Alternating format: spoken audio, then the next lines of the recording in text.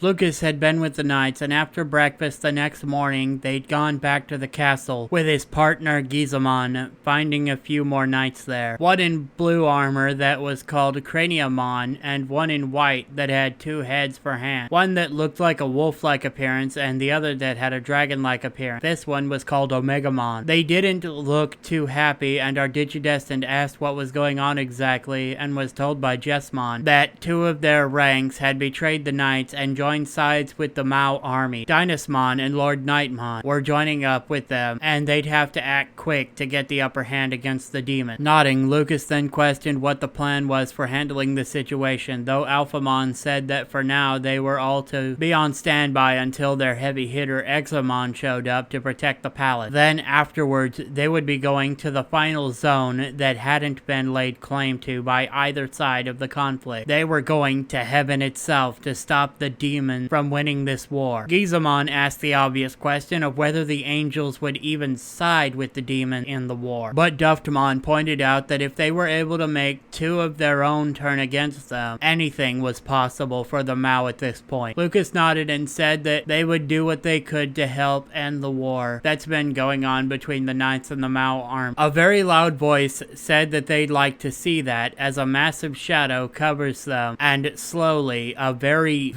large Digimon with crimson scales and 4 massive wings began to descend downwards, landing onto the ground in front of them. They had a massive gun on their arm as well. The knights greeted their final comrade Examon, welcoming them back to the castle of Yggdrasil. Meanwhile, Cat was with Tinkermon, and the 2 had been asked to come to the main throne room of the Mao castle, and so proceeded to make their way there. They stopped for just a moment to say hello to Leviamon, then continued going to the throne of Lusamon. Coming up to the door of the throne room, they knocked and waited to be told to enter. They were told to enter, and going inside, Cat saw 2 armored individuals standing next to Lusamon as she and Tinkermon walked over to see what the leader of the 7 great demon lords needed from the 2 of them. The 2 Digimon in armor standing there with their arms folded. The first in white and gold armor that had purple wings, and the second was in pink and gold armor with a large shield or knuckle attached to their right arm with a cross on it. Cat looked at the 2 of them